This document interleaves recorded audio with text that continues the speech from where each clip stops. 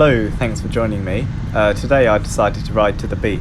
Now the reason I went to Walton-on-the-Naze is because it's very empty, and if you keep watching this video you'll see I prove my point. It's not like Clacton, it's not like the scenes we've seen on the news. I feel like this journey was very justified.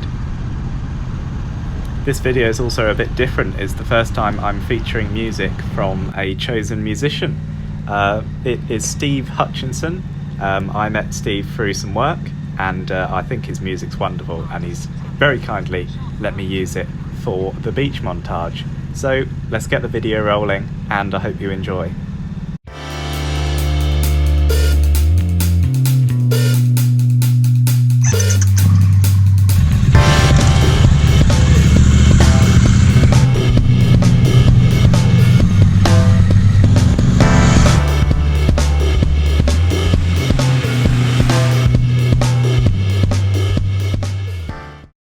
Now my friend India joined me for this journey.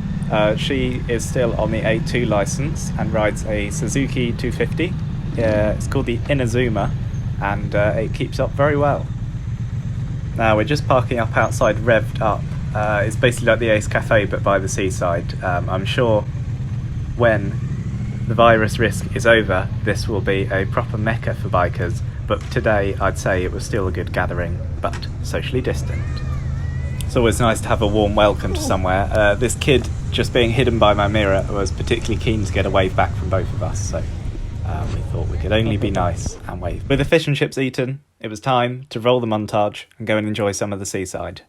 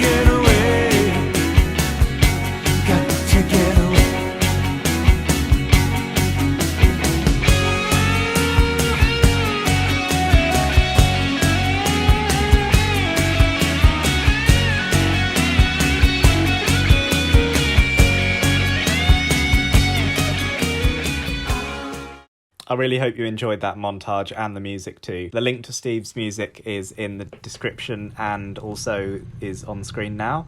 Definitely worth checking out. He's a great guy with some brilliant talent. With our beach experience fulfilled, it was time to get back on the bikes and India to get chatted up by an old man.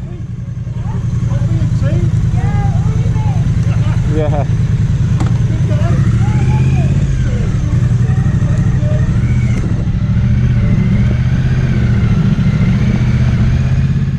the journey back would be going over Colchester, and we'd be heading back towards Hertford. We also stopped off at some old cottage where India's family used to live, so we thought we'd check that out, and this is probably the most interesting footage from the return journey. In terms of why I chose this route, I used to date a young lady who lived in Colchester, and we always used to go here on the train in the freezing cold. And I thought, I'm sure I can go back and visit. So I took my bike and I went on my own on the Monday, and then I thought it was so much fun, wouldn't it be great to bring my friend India along for our first long journey together. We've done day trips, but as we're both getting to the stage of our licenses where we felt that we should start doing some more exploring, with me having a full license and India being more confident on her A2 bike, it was time to leave London, leave the city, and go and check things out. I think that's why I felt that Steve's music, Gotta Get Away, was really very, very suitable for this video. So the journey home mainly was residential to start off with, and then it got to dual carriageways. You'll see later on I start doing some filtering.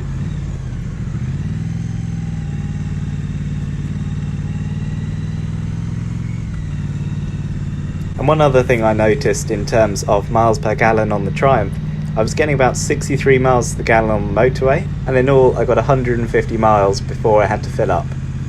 I think that's pretty good. This journey for me was 89 miles there and 89 miles back, minus all the faffing in the middle.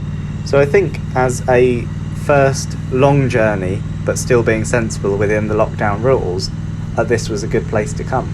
I think, Hatfield to Walton-on-the-Naze is definitely a journey that I'd encourage everyone to do, or something similar to that. We do eventually get past this Nissan. Not that this stage is a rush, but I've edited most of the clips out, so let's take you forward a bit. Looking back at the footage, I didn't realise how long we'd really spent behind this car. This is the footage sped up by 20 times, and you can see at the end I thought it was time that we overtake and get a little bit more of a pace on. I'm trying a new style of talking and riding. If you like this, then please let me know in the comments down below. And as well, if you've got any suggestions for the channel or things you'd like to see, then please let me know. I really appreciate your help so far and everyone who's commented positively, giving me some great support and advice.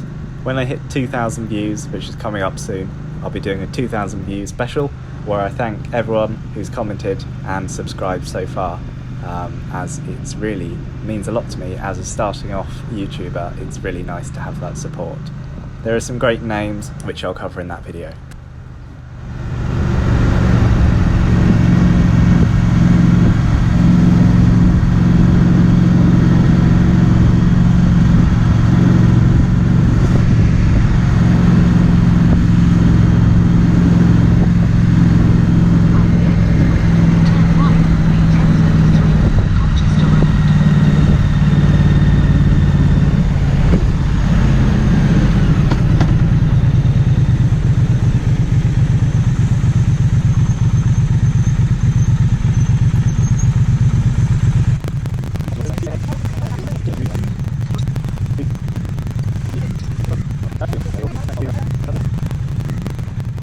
The last time I did this journey, it was Bank Holiday Monday, and there was no traffic about, but for some reason today there was a huge gathering of traffic. So we made the most of this road, but as you'll see in a moment, we didn't get very far before we started to need to filter. Now, I'm no expert, but for me, filtering, you're already going faster than the people who are still, so there's no need to rush past. I think here I'm doing about 10 or 20. I'm looking for doors popping open. I'm looking for people suddenly deciding to turn around and do a U-turn without looking. And I'm also watching what's coming towards me.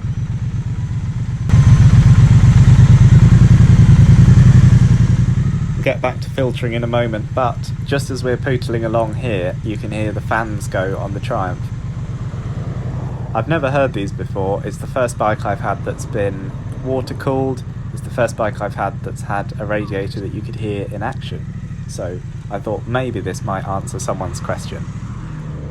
It's a real art to get used to this, and as I don't commute every single day on the bike, especially not recently, my filtering skills have definitely gone down a bit. There are people who do this really fast, there are people who do this really slow. Personally, I think you take your own approach to filtering. But for me, if I've passed one car, I'm already going faster than they were just sat there. So there's no need to rush, really.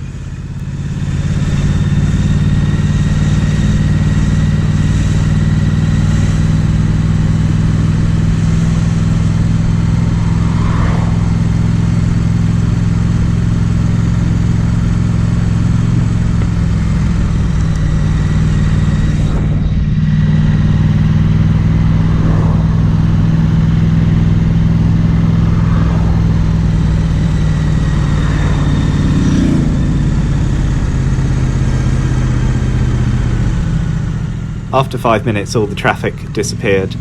I spotted a lovely Triumph on the way back. I believe this is a Bonneville that's been customised, but if this is you, lovely bike. Sorry I didn't get to say it on the busy road. In next long-term videos, I'll try and pick a more interesting route back. I did have some footage of on the way here, but again, I wanted to try a different style of video where I cut straight to the action and then put the riding at the end. So let me know if this has worked for you, and please, if you haven't already, comment, like and subscribe. On the way back we stopped for fuel. The Triumph did really well on fuel. I got 150 miles with 22 miles predicted remaining and an average miles per gallon of 63, as I said earlier. So it was time to fill up, have some water and get back on the road. Thanks for watching this video. I've got more on the way, and if this style is great, then please let me know, and if it's not, please creatively let me know.